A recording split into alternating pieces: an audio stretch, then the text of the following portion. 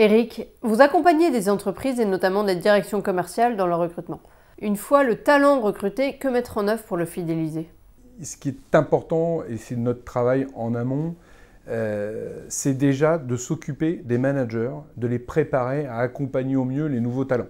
Ce qui est très important dans la fidélisation, c'est de mettre du sens et que ce sens soit toujours accompagné par un manager de proximité pour savoir où en est le nouveau talent dans cette projection et dans sa quête de sens. Un onboarding, ça ne se fait pas uniquement avec des process, ça se fait aussi avec beaucoup de communication et de l'écoute très attentive. Considérer son collaborateur, son nouveau talent, comme un client est très important. Aussi, d'accepter l'apprentissage par l'erreur. On ne se pose pas la question pourquoi on est réussi, on se pose toujours la question de pourquoi on a loupé. Donc c'est important, cette méthode, cette préparation amont, et surtout de ne pas focaliser uniquement sur le nouveau collaborateur, mais aussi sur le manager du collaborateur et de l'aider à faire grandir son nouveau talent. C'est plus compliqué de le faire, évidemment, en visio, mais là, il y a forcément des techniques, et notamment avec Jean-René, qui a cette spécificité-là. Jean-René, vous accompagnez les entreprises dans leur transformation RH. Vous avez créé il y a une dizaine d'années une société de formation dans le domaine de la relation client, de la QVT et de l'animation de la ProcessCom. Pourriez-vous nous expliquer ce que c'est que la ProcessCom? La ProcessCom vous donne un mode d'emploi.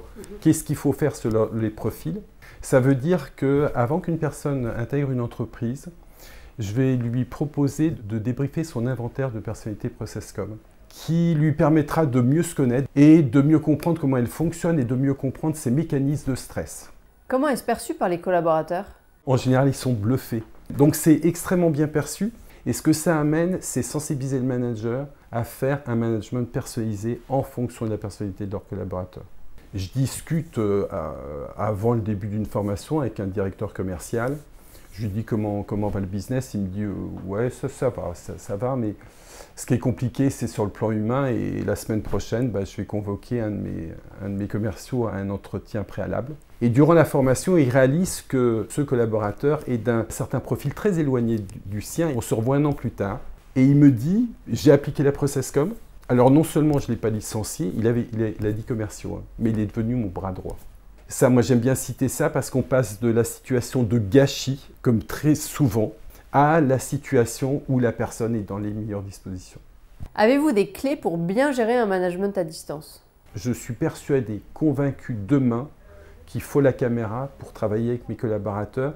Au-delà de savoir s'ils sont en train de vous écouter ou de faire autre chose, mais c'est à quel point ils sont captivés, intéressés, enthousiastes, ou ils ont l'air de ne pas comprendre. C'est clé d'avoir du feedback. Merci Eric, merci Jean-René pour vos conseils pragmatiques pour faciliter la fidélisation des talents. Vous souhaitez réagir, approfondir votre réflexion?